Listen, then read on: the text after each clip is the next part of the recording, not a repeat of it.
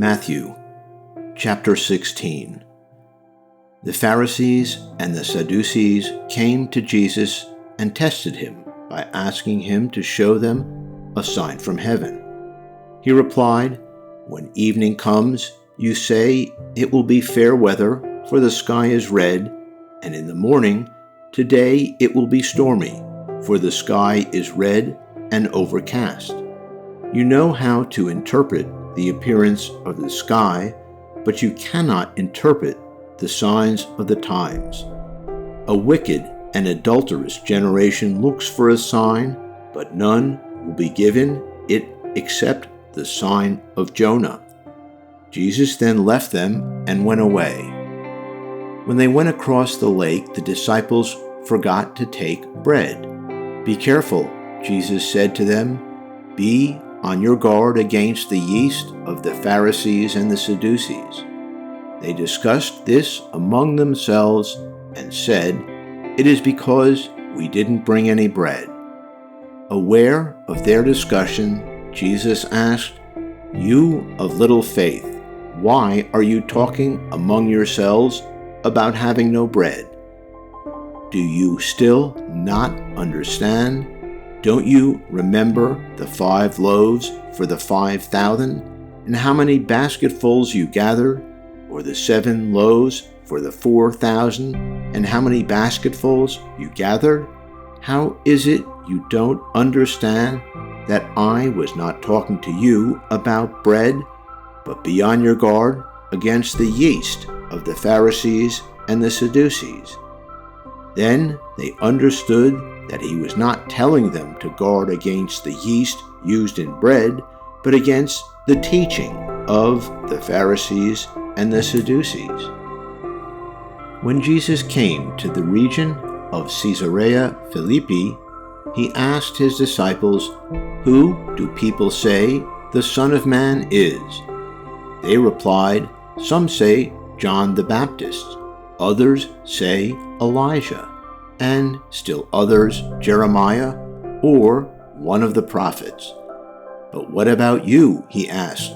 "What do you say I am?" Simon Peter answered, "You are the Messiah, the Son of the living God." Jesus replied, "Blessed are you, Simon, son of Jonah, for this was not revealed to you by flesh and blood, but by my Father in heaven. And I tell you that you are Peter, and on this rock I will build my church, and the gates of Hades will not overcome it. I will give you the keys of the kingdom of heaven. Whatever you bind on earth will be bound in heaven, and whatever you loose on earth will be loosed in heaven." Then he ordered his disciples not to tell anyone that he was the Messiah. From that time on, Jesus began to explain to his disciples that he must go to Jerusalem and suffer many things at the hands of the elders, the chief priests, and the teachers of the law, and that he must be killed and on the 3rd day be raised to life. Peter took him aside and began to rebuke him. "Never, Lord," he said, "this shall never happen to you." Jesus turned and said to Peter, "Get behind me, Satan. You are a stumbling block to me. You do not have in mind the concerns of God, but merely human concerns." Then Jesus said to his disciples, "Whoever wants to be my disciple must deny themselves and take up their cross and follow me. For whoever wants to save their life will lose it, but whoever loses their life for me will find it.